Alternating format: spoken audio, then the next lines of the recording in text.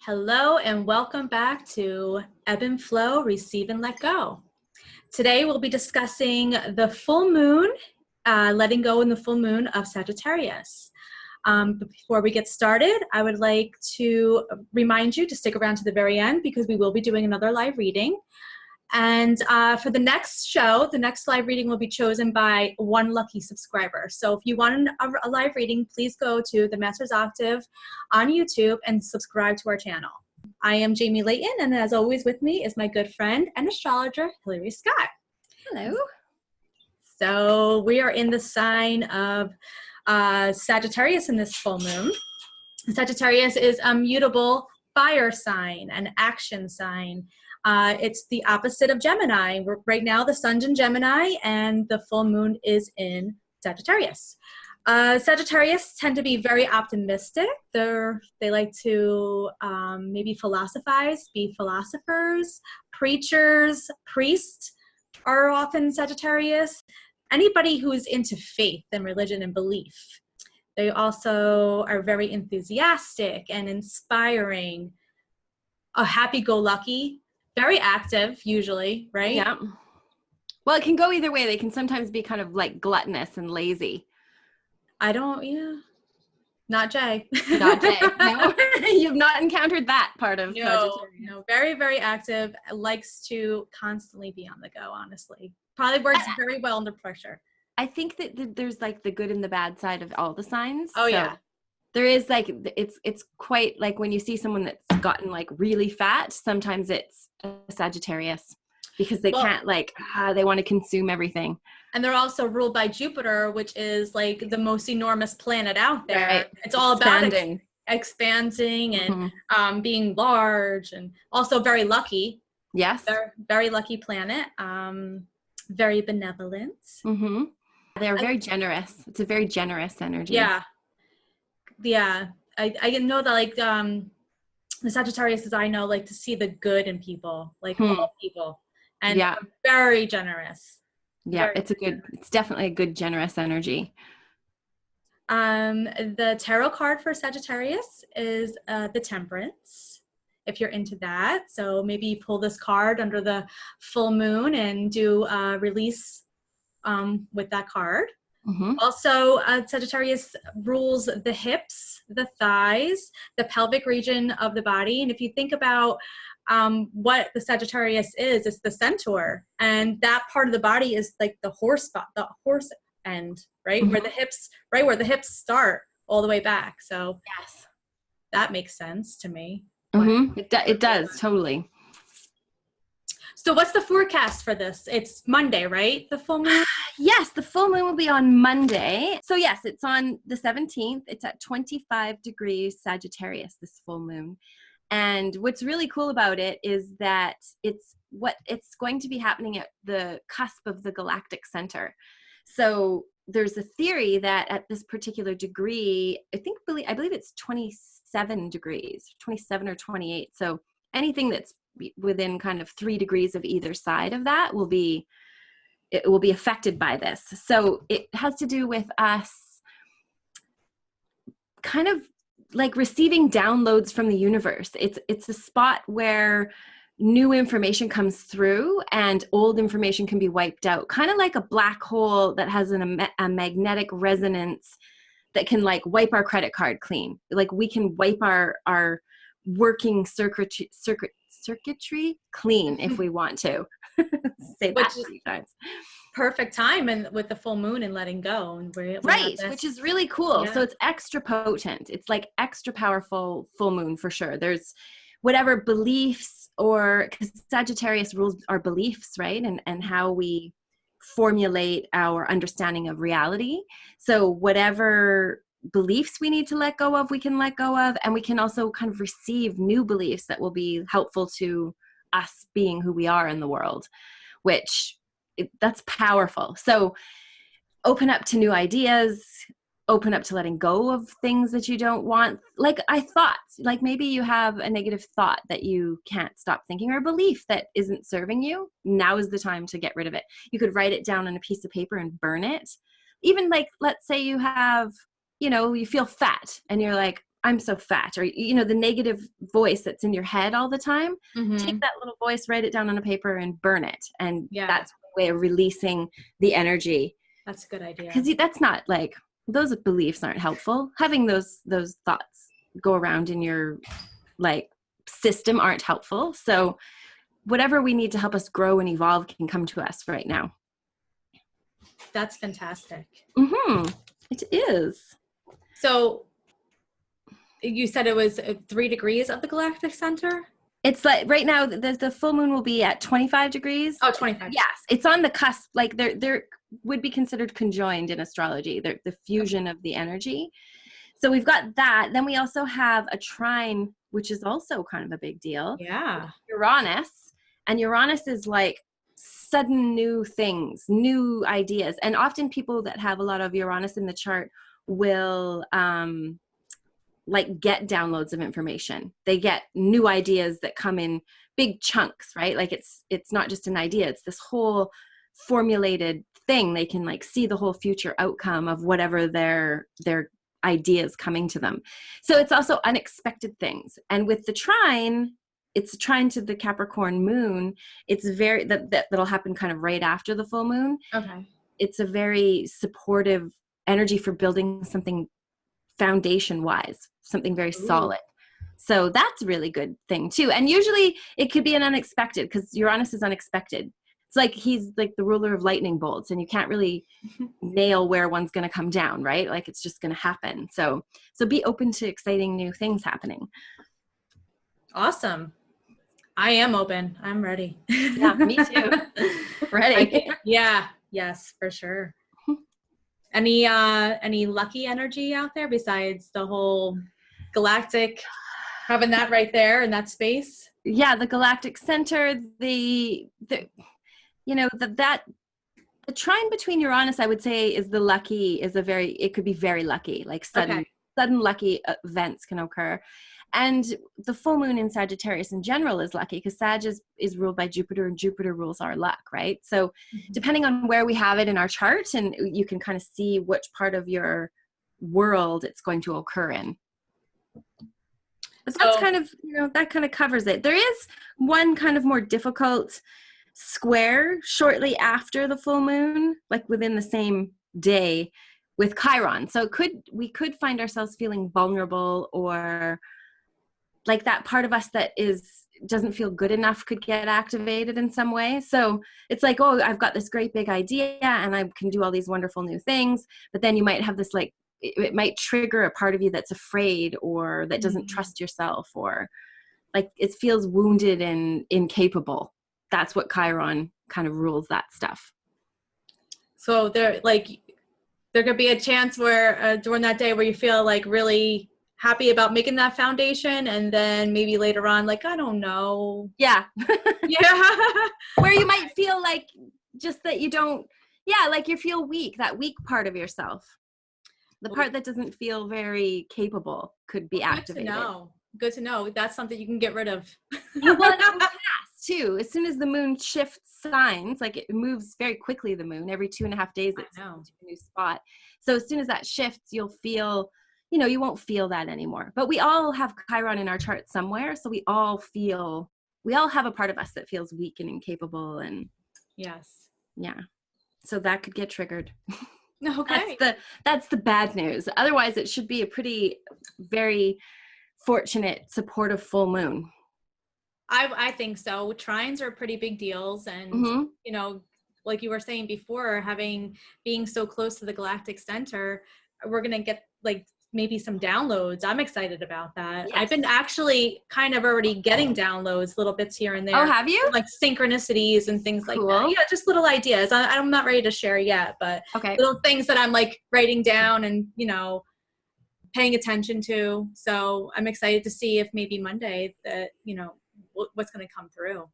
Yes. And even up until be open before that, because I am coming up to the exact date, right? So the closer we get, the more we're activated by the full moon energy. Well, that's really good to know. I'm really excited, because you know what, even if I didn't know it, then I wouldn't be paying attention to it. So now I am looking for it. So right. Should be more relevant in my reality. Yes, true that. You'll be like, and to everybody else who's listening to this, to yours as well. I know that Chiron's going to be there to try to mess it up a little bit, so maybe not pay attention. yes, definitely pay attention. Okay, so maybe now's a good time to pick that lucky winner. Sure, that sounds good. Talk about this lucky full moon. Here's the lucky winner is Debbie Schramm. So this chart is very interesting.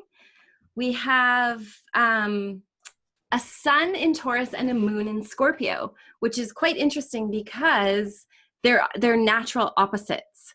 So the Scorpio, like within your own psyche, there would be this part of you that wants everything to be very the same and very, like Taurus likes methods and structure and predictability. But then the Scorpio energy would be very like emotional and unpredictable and feather ruffling. So within your own psyche, part of you doesn't want to have the feathers ruffled, but another part of you, the Scorpio moon, Scorpio is always evolving and growing. So it's like an inner struggle probably to stay the same or to go deep and transform is happening all the time.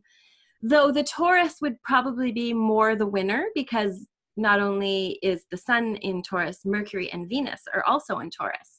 So the way you think is your Mercury, and Venus is how you have relationships. So, and what you value. So that's all very Taurian as well. The Mars is in Cancer, which connects well with the moon because that's a trine in your own chart. So your oomph and your feeling self, your like energetic self and your feeling self are very compatible in that they want to feel safe and they want to feel connected and emotionally nurtured. It's a very emotionally nurturing energy. The emotions are important. So it's actually quite a nice combo, except for when the opposition stuff kicks up. It's like part of you is getting sucked into the drama world, and the other part is like, no, let's have no drama. So it can be a real back and forth. Like that would be a big crux in the chart, I think. The node is in Scorpio too. So we look to see where the node is to see what the soul is evolving into and what the soul is kind of evolving towards in this lifetime. And it's in Scorpio as well. So the moon's desire to go deep and transform is supported by the North Node as well. So that you know, diving into deep, mysterious topics. Scorpio loves like conspiracies and finding the secrets and sometimes dark stuff like missing people and serial killers, or like that sort of trying to understand the dark depths of the world goes on in Scorpio. And there is dark depths for sure. But the other side of it is it's very transformative. So it can be, you know, it's the sign that, like we talked about it before, it starts off as the scorpion, but as it evolves, it becomes the eagle, and then it becomes the phoenix. So it can, one of the signs that can completely transform. It can go from, you know, rags to riches, like drastic transformation, or lose like 100 pounds, or maybe gain 100 pounds. Like just that shocking transformation can occur with Scorpio. So that is very strong in the chart. It's like it's informing quite a bit in the chart, like informing in that it actually has quite a lot of power to conduct what's going on in life. So it's definitely activated, I would say. And then it ties up into the 11th house, which has to do with like your dreams and your wishes and you like your place in the community, the place in society, place in the cosmos. So there's definitely an altruistic wanting to connect with the group kind of energy there. Or even like having the ability to make your wishes come true, make your dreams come true, because Mars is in the house of dreams coming true. So there's a lot of, like, if you're willing to transform, then your dreams can come true. That would be a good way to look at it. And then there is Uranus in the 12th house. And whatever is in the 12th house is part of us that we felt like we couldn't let be in the world, like a part of us that we kind of pushed away. Or we didn't push it away, but usually our environment, like maybe our parents didn't accept this about us, or school, or whatever it was outside of us didn't like a part of us, and and it gets put into the subconscious. So Uranus there would make me think that any sort of unique, quirky, different kind of energy that might be present in the personality wasn't acceptable when the person was growing up. So then because of this quirky, unique character wasn't acceptable, it got put away into the 12th house. But it's a big part of power for her too. So it is active, like it's not stuck there alone. It will connect to the 10th house and how she appears in the world and who she comes across to be in the world. And with lots of stuff in the 10th house, Mercury, Venus, and the Sun, that's important, how she's viewed in the world. I would imagine there's some sort of position of authority, or like a position where people can see, people are noticing her, or kind of, they can see her. Like she might be even in the public eye or something like that. That can be possible too. Definitely like someone that's noticed in the community. In other people see you, because it's all right there in the 10th house. And whatever to do with transformation, like there's Pluto in the first house, though this sort of depth of transformation or depth seeking energy is really strong as well in the chart. What else is going on? Jupiter's in the second house. And there's like, when she steps into her unique, maybe shocking personality that's hidden away most of the time, that's when her luck is activated as well with Jupiter. So if she can channel the energy out of the 12th house, it will end up that quirky side of her, or independent thinker, or rebel change-making energy will be supported with lots of lucky situations, which is good. And there's a high degree of like psychic sensitivity, I would say, because Neptune and the moon are conjoined together. And then Neptune, yeah, there would definitely be a sensitivity, like a sensitivity to the environment, or even it could come across as like a sensitivity to foods or lighting or crowds or whatever you expose yourself to. You're very sensitive. So you need to make sure that you protect your energy and that you clear your energy frequently to keep yourself grounded and stable. And I think that's kind of, I mean, really we could go on forever when we're looking at a birth chart, but I think that kind of is a quick mini reading of what's happening. Congratulations to Debbie. I hope you enjoyed your chart reading. You had mentioned for her to cleanse and stay grounded. How would you do that? What tips do you have first? I think a really good thing to do is bathing, especially for people with water in their chart, what she has. So like a hot Epsom salt bath would be really good, because when you like cleanse yourself actually with physical water, your aura kind of comes back in, and anything that's attached sort of falls off of you. So that's a good start to like have a bath, have a nice soak, and soak yourself in water. And then I like just the classic bubble of light is very good for protection after you've cleared yourself. Mm-hmm. Or even if you have guides that you work with, of course, surround yourself in light and always call in the highest, most helpful, benevolent energies. You can, like Archangel Michael is often uses as this big vacuum and sucks anything that's stuck in our energy. And usually when you tune into this, you can feel it. You can feel tension somewhere in your body, or you can feel like you don't feel yourself, or your thoughts aren't right. Generally, it's because we've picked something up that isn't ours. So just clearing that every day and becoming a sovereign, free being in your own energy, I think is just your intention has a lot to do with it as well. Yeah. And recognizing, okay, this might not be my normal self. Right. So I might have picked something up. Good. This is good for everybody. Not just for Debbie. And I just wanted to make a point. You had mentioned, a nice bath. We are under the full moon on Monday. Mm-hmm. We are cleansing, and I think that'd be a great time for a bath. And maybe even do a lot of cleansing, imagining everything coming off of you while you're Yes.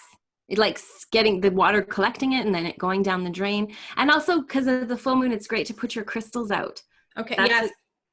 So put whatever you like. I like to get a big tray and put like I don't do it every full moon, but you know, a big one like this with the galactic center, and who knows what like information is going to come through that you need right now. So charge up all your crystals with the full moon energy, and they can be very helpful to kind of keep you grounded and connected to what is happening. One of the crystals that I know offhand right now that supports Sagittarius is black onyx. Ah, yes.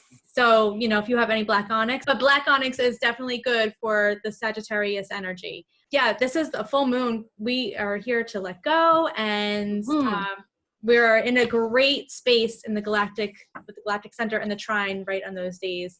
And like you were saying earlier, you know, keep grounded. And the moon controls the water, so bath would be amazing. Yeah. Also burning things, like writing down the things that you want to let go of and burning them, because it's a fire sign. So letting the energy go that way is really powerful as well. That's how I usually do it under a full moon. So maybe get your intentions while you're taking a bath of what it is you want to get rid of, and then write that down and burn it. I usually take a pot. Oh, good. And then I burn the paper inside the pot, because this way sometimes it doesn't all burn. Right. The pot is contained, and you could pick it up and burn it until it's all gone. And whatever doesn't burn, whatever you write down and whatever's not burning, whatever words are still remaining after you've burnt it, really look and see what that is, because that's probably something that really needs to be looked at and let go of. Yes. Yes, that makes sense.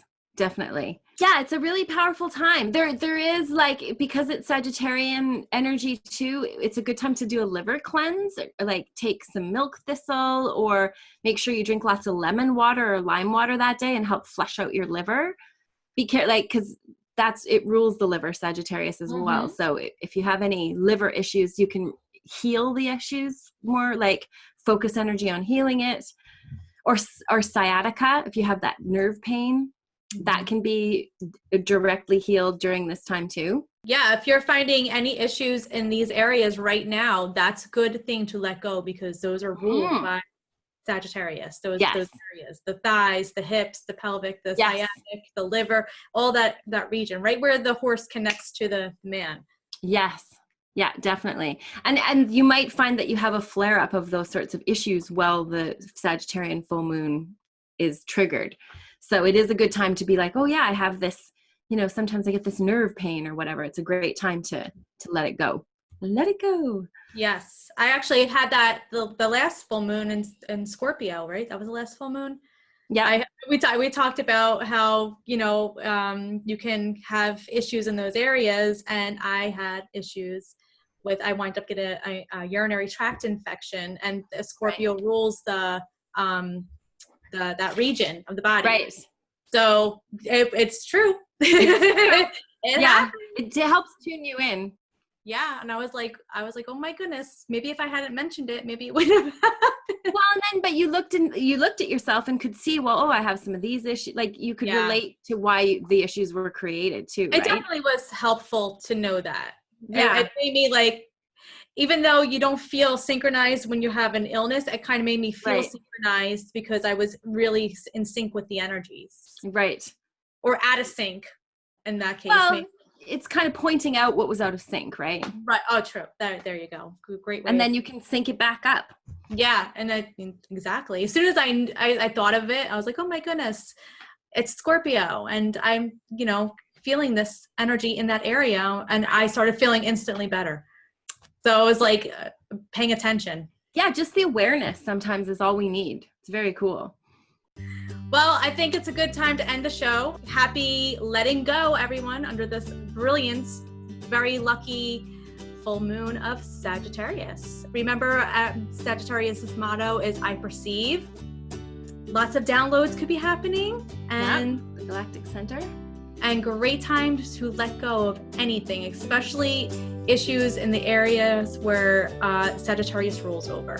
I wish you all a happy letting go. Good luck, many blessings, and much love. Until next time.